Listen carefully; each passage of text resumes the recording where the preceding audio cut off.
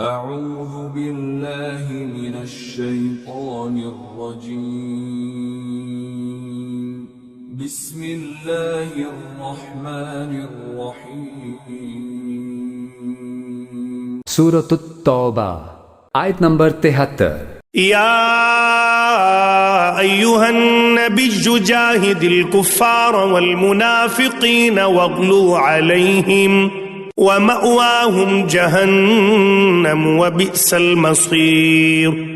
ترجمہ: اے نبی، کافروں اور منافقوں سے جہاد کرو اور ان پر سختی کرو، ان کا ٹھکانہ جہنم ہے اور وہ بہت برا ٹھکانہ ہے۔ تفسیر: یہاں سے وہ تیسری تقریر شروع ہوتی ہے جو غزوہ تبوک کے بعد نازل ہوئی تھی۔ اس وقت تک منافقین کے ساتھ زیادہ تر درگزر کا معاملہ ہو رہا تھا، اور اس کے دو وجوہ تھے۔ ایک یہ کہ مسلمانوں کی طاقت ابھی اتنی مضبوط نہ ہوئی تھی کہ باہر کے دشمنوں سے لڑنے کے ساتھ ساتھ گھر کے دشمنوں سے بھی لڑائی مول لے لیتے۔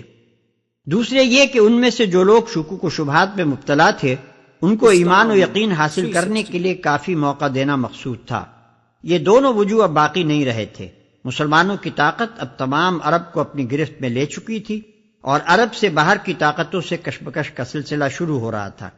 اس لیے ان آستین کے سانپوں کا سر کچلنا اب ممکن بھی تھا اور ضروری بھی ہو گیا تھا، تاکہ یہ لوگ بیرونی طاقتوں سے سازباز کر کے ملک میں کوئی اندرونی خطرہ نہ کھڑا کر سکیں۔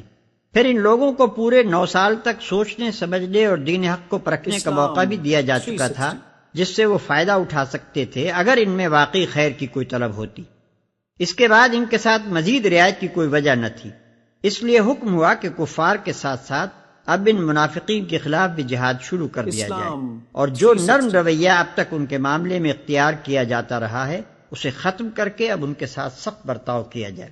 منافقین کے خلاف جہاد اور سخت برتاؤ سے مراد یہ نہیں ہے کہ ان سے جنگ کی جائے، دراصل اس سے مراد یہ ہے کہ ان کی منافقانہ روش سے جو چشم پوشی اب تک برتی گئی ہے، جس کی وجہ سے یہ مسلمانوں میں ملے جلے رہے اور عام مسلمان ان کو اپنی ہی سوسائٹی کا ایک جز سمجھتے رہے، اور ان کو جماعت کے معاملات میں دخل دینے اور سوسائٹی میں اپنے نفاق کا زہر پھیلانے کا موقع ملتا رہا، اس کو آئندہ کے لیے ختم کر دیا جائے۔ اب جو شخص بھی مسلمانوں میں شامل رہ کر منافقانہ روش اختیار کرے اور جس کے طرز عمل سے بھی یہ ظاہر ہو کہ وہ خدا اور رسول اور اہل ایمان کا مخلص رفیق نہیں ہے، اسے کھلا کھلا بے نقاب کیا جائے، علانیہ اس کو ملامت کی جائے، سوسائٹی میں اس کے لیے عزت و اعتبار کا کوئی مقام باقی نہ رہنے دیا جائے، معاشرت میں اس سے قطع تعلق ہو، جماعتی مشوروں سے وہ الگ رکھا جائے، عدالتوں میں اس کی شہادت غیر معتبر ہو، عہدوں اور مناصب کا دروازہ اس کے لیے بند رہے، محفلوں میں اسے کوئی منہ نہ لگائے، ہر مسلمان اس سے ایسا برتاؤ کرے جس سے اس کو خود معلوم ہو جائے کہ مسلمانوں کی پوری آبادی میں کہیں بھی اس کا کوئی وقار نہیں اور کسی دل میں بھی اس کے لیے احترام کا کوئی گوشہ نہیں۔ آیت نمبر 74۔ يحلفون بالله ما قالوا ولقد قالوا كلمة الكفر وكفروا بعد إسلامهم وهموا بما لم ينالوا وما نقموا إلا أن أغناهم الله ورسوله من فضله فإن يتوبوا يك خيرا لهم وَإِن يَتَوَلَّوْا يُعَذِّبْهُمُ اللَّهُ عَذَابًا أَلِيمًا فِي الدُّنْيَا وَالْآخِرَةِ وَمَا لَهُمْ فِي الْأَرْضِ مِنْ وَلِيٍّ وَلَا نَصِيرٍ۔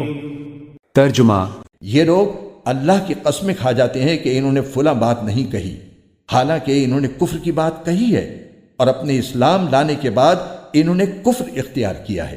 انہوں نے وہ کام کرنے کا ارادہ کر لیا تھا جس میں یہ کامیابی حاصل نہ کر سکے، اور انہوں نے صرف اس بات کا بدلہ دیا کہ اللہ اور اس کے رسول نے انہیں اپنے فضل سے مالدار بنا دیا ہے۔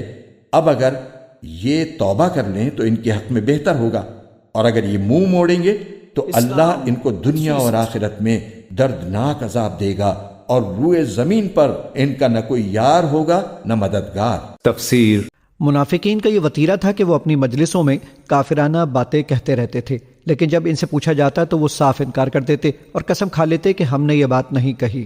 مثلاً ایک مرتبہ منافقین کے سردار عبداللہ بن ابی نے حضرت صلی اللہ علیہ وسلم اور مسلمانوں کے بارے میں ایک انتہائی غصہ خانہ بات کہی تھی جسے نقل کرنا بھی مشکل ہے، اور اس کے بعد کہا تھا کہ جب ہم مدینہ پہنچیں گے تو ہم میں سے باعزت لوگ ذلیلوں کو نکال باہر کریں گے۔ اس کا ذکر خود قرآن کریم نے سورہ منافقون آیت نمبر 8 میں فرمایا ہے، لیکن جب اس سے پوچھا گیا تو مکر گیا اور قسمیں کھانے لگا، میں نے یہ نہیں کہا تھا۔ مراد یہ ہے کہ اگرچہ دل سے تو وہ کبھی اسلام نہیں لائے تھے، لیکن کم از کم زبان سے اسلام کا اقرار کرتے تھے۔ اس بات کے بعد انہوں نے زبان سے بھی کفر اختیار کر لیا۔ یہ کسی ایسے واقعے کی طرف اشارہ ہے جس میں منافقین نے کوئی خفیہ سازش کی تھی مگر اس میں کامیاب نہیں ہو سکے۔ ایسے کئی واقعات عہد رسالت میں پیش آئے ہیں۔ مثلا ایک واقعہ تو اوپر بیان کیا گیا ہے کہ عبداللہ بن ابی نے یہ ناپاک ارادہ ظاہر کیا تھا کہ ہم مسلمانوں کو مدینہ منورہ سے نکال دیں گے۔ ظاہر ہے کہ وہ اپنی اس دین کو عملی جامہ پہنانے پر قادر نہیں ہوئے۔ دوسرے ایک واقعہ غزوہ تبوک سے حضرت صلی اللہ علیہ وسلم کی واپسی کے وقت پیش آیا تھا کہ منافقین نے 12 آدمیوں کو نقاب پہنا کر اس بات پر تعینات کیا تھا کہ وہ ایک گھاٹی میں چھپ کر بیٹھیں اور جب حضرت صلی اللہ علیہ وسلم وہاں سے گزریں تو آپ پر حملہ کر دیں۔ اس وقت حضرت حذیفہ بن یمان نے انہیں دیکھ لیا اور حضرت صلی اللہ علیہ وسلم کو اطلاع کر دی۔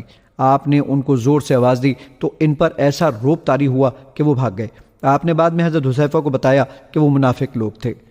حضرت صلی اللہ علیہ وسلم کی تشریف آوری سے مدینہ منورہ کے باشندوں میں پہلے کے مقابلے میں عام خوشحالی آئی تھی، جس سے یہ منافقین بھی فائدہ اٹھا رہے تھے۔ پہلے ان کی معاشی حالت خستہ تھی مگر آپ کے تشریف آوری کے بعد ان میں اکثر لوگ خاصے مالدار ہو گئے تھے۔ آیت کریمہ یہ کہہ رہی ہے کہ شرافت کا تقاضا تو یہ تھا کہ وہ اس خوشحالی پر اللہ تعالیٰ اور رسول کریم صلی اللہ علیہ وسلم کے شکر گزار ہوتے، لیکن انہوں نے اس احسان کا بدلہ یہ دیا کہ آپ کے خلاف سازشیں شروع کر دیں۔ آیت نمبر 75۔ وَمِنْهُمْ مَنْ عَاهَدَ اللَّهَ لَئِنْ آتَانَا مِنْ فَضْلِهِ لَنَصَّدَّقَنَّ وَلَنَكُونَنَّ مِنَ الصَّالِحِينَ۔ ترجمہ۔ اور انہی میں وہ لوگ بھی ہیں جنہوں نے اللہ سے یہ عہد کیا تھا کہ اگر وہ اپنے فضل سے ہمیں نوازے گا تو ہم ضرور صدقہ کریں گے اور یقیناً نیک لوگوں میں شامل ہو جائیں گے۔ تفسیر۔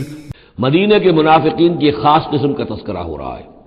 وَمِنْهُمْ مَنْ عَاهَدَ اللَّهَ، ان میں سے وہ لوگ بھی ہیں جنہوں نے اللہ سے عہد کیا تھا، لَئِنْ آتَانَا مِنْ فَضْلِهِ، اگر اللہ ہمیں اپنے فضل سے نواز دے گا، غنی کر دے گا، دولت دے دے گا، دولت مند کر دے گا، لَنَصَّدَّقَنَّ وَلَنَكُونَنَّ مِنَ الصَّالِحِينَ، ہم خوب صدقہ خیرات کریں گے اور نیک بن جائیں گے۔ آیت نمبر 76۔ فَلَمَّا آتَاهُم مِّن فَضْلِهِ بَخِلُوا بِهِ وَتَوَلَّوْا وَهُم مُّعْرِضُونَ۔ ترجمہ۔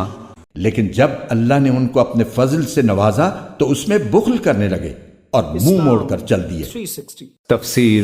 حضرت ابو امامہ رضی اللہ تعالیٰ عنہ کی ایک روایت میں ہے کہ ایک شخص جس کا نام سالبہ بن حاتب تھا حضرت صلی اللہ علیہ وسلم کی خدمت میں حاضر ہوا اور درخواست کی کہ آپ میرے لیے مالدار ہونے کی دعا فرما دے۔ آپ نے شروع میں اسے سمجھایا کہ بہت مالدار ہونا مجھے اپنے لیے بھی پسند نہیں ہے، لیکن اس نے بار بار اصرار کیا اور یہ وعدہ بھی کیا کہ اگر میں مالدار ہو گیا تو ہر حقدار کو اس کا حق پہنچاؤں گا۔ آپ نے اس موقع پر حکیمانہ جملہ بھی ارشاد فرمایا کہ تھوڑا مال جس کا تم شکر ادا کر سکو اس زیادہ مال سے بہتر ہے جس کا شکر ادا نہ کر سکو۔ اس پر بھی اس کا اصرار جاری رہا تو حضرت صلی اللہ علیہ وسلم نے دعا فرما دی، چنانچہ وہ واقعی مالدار ہو گیا اور اس کے مال مویشی اتنے زیادہ ہو گئے کہ ان کی دیکھ بھال میں نمازیں چھوٹنے لگی۔ پھر وہ ان جانوروں کی زیادتی کی وجہ سے مدینہ منورہ سے باہر جا کر رہنے لگا۔ شروع میں جمعے کے دن مسجد میں آ جاتا تھا، پھر رفتہ رفتہ جمعے کو آنا بھی چھوڑ دیا۔ جب حضرت صلی اللہ علیہ وسلم کی طرف سے لوگ زکوٰۃ وصول کرنے کے لیے اس کے پاس پہنچے تو اس نے زکوٰۃ پر پھپتیاں کسی اور ٹال مٹول کر کے ان حضرات کو واپس بھیج دیا۔ اس آیت میں اس واقعے کی طرف اشارہ ہے۔